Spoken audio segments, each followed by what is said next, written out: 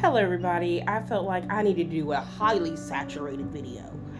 Um, Update in my life. Today is Wednesday, and I'm feeling a little bit better. I mean, how life is lifing. You know, Monday was a Monday, Tuesday was a Monday, Wednesday will be a Wednesday. I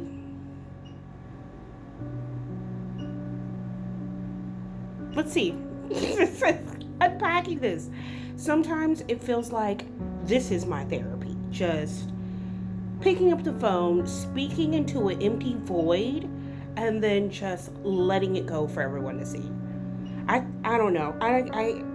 I am always constantly trying to be my authentic self. And I hope that works for me. I hope that pans out. I mean, I don't think anybody should ever be anything that they are not.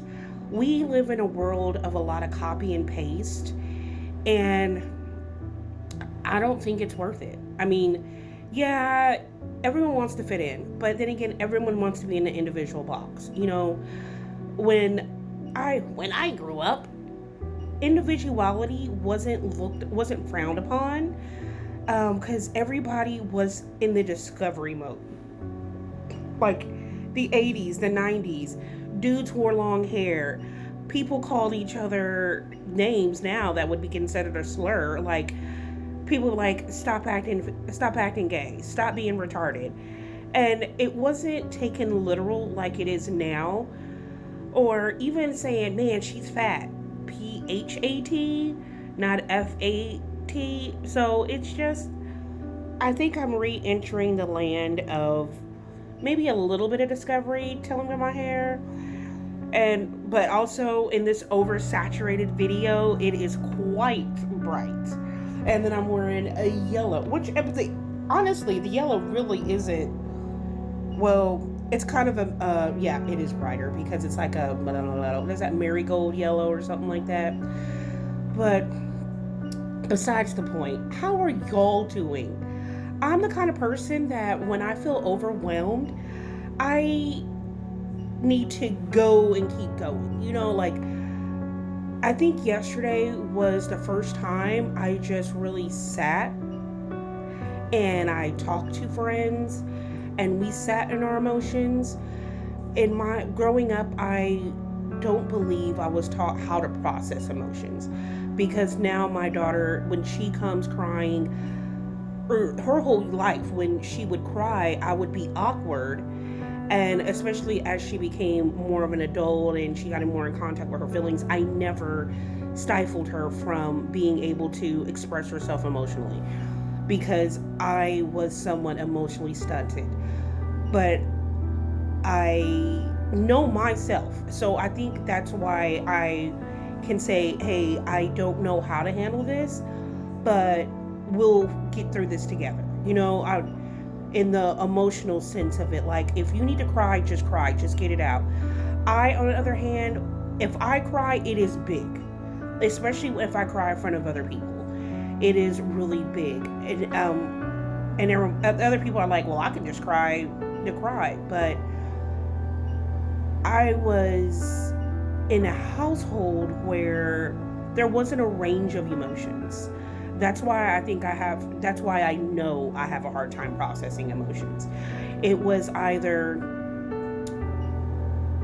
happy or nah. But if it was sad or you're upset, you have to process that on your own and go somewhere else. My mom was somewhat emotionally available to an extent because she was going through her own shit, and at times she just didn't feel like she had time to help me with my shit or to do whatever. Like I was known not to be around. I was the only child, so I would just do. And the funny thing is, have y'all ever watched Couples Therapy on Amazon? It is fabulous. If you have not watched it, these couples are whoa. But also, it has been able to see my faults when I listen to some of these couples, I see where I get some of my traits from. Like, there's this couple, I think it's India and Yaya. And Yaya is really motherly because her mother wasn't emotionally present for her and sometimes not physically present. And I identify with Yaya. I am motherly. I am all my friends, not all my friend, all my daughter's friends' mom, but I feel like I'm all my daughter's friends' mom. So all my daughter's friends who are watching this, you're my babies. You're my babies. I love you. She has one friend that loves my pot roast. So if I ever know she's in town, I'm cooking pot roast and mashed potatoes. Um, she has another friend that follows me. But I feel like I'm her mom. Like when I don't hear my daughter talk about her, I always bring her name up. Like just certain friends that she's been to school with. I Even friends she doesn't talk to no more. I'm like, man, I wonder what's going on. Even being an adult, I would like being a young adult. Like I have been mothering since I've been 12 years old, if not younger. I have a cousin that I consider my brother, and I'm his older sister, and it's vice versa. And I have been taking care of him for the longest time. I had a babysitting job before there was no age. I don't think when I was growing up there was an age you had a babysit. I didn't know CPR. I never went to babysitter. It was like everyone has to work. You're 10 years old, so you watch the 5-year-old, or I think he was 4 or 5. I have always been a mom. I didn't know any other role, and then I became a mom, and I was like, God got me tricked up in that one. I got to tell you that story later on, but yeah, so yesterday was good. I got to sit in my emotions. I got to process my emotions. I had an array of emotions, and I just sat with it. But I also have other things going on in my life that I had to take care of as well. So I got to kind of process those as well, start projects that I needed to start so I can get certain things turned in on time in my personal life. So I don't know. I mean, I'm getting better. I'm going to be better. I want to try to go to the services. I think that would probably bring a lot of closure, definitely a lot of closure. And I think that's where I can finish processing my emotions. I mean, emotions are fleeting, they're temporary, but they're also a good way to process. Like crying is a good way to clean your slate. Sometimes when you cry, you're not just crying about the issue at hand.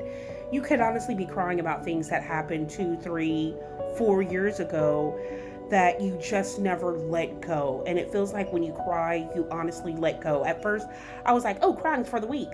But crying is for the brave and the strong.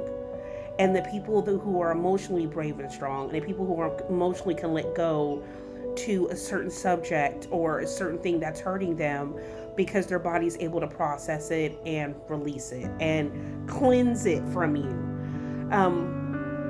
I know there are some people that are crybabies that use crying as manipulation, but I mean a real emotional clean and a real emotional reset. And y'all, you know who those people are. You know people who use emotions to manipulate people, and people who are genuinely emotionally stunted, and other people, the ice maker, and other people who are generally need to just let go. And that's what I'm trying to do. I'm trying to generally tap into all my emotions, understand I don't have to be a mom. I don't have to take care of anybody. It is okay for me to be upset, angry.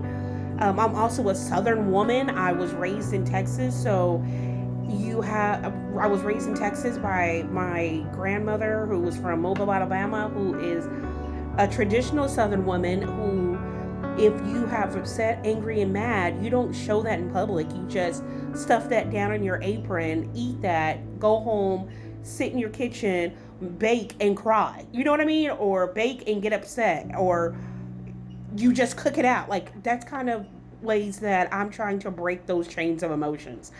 So far, it's working. And thank you for listening to my TED Talk. Have a great day. Bye.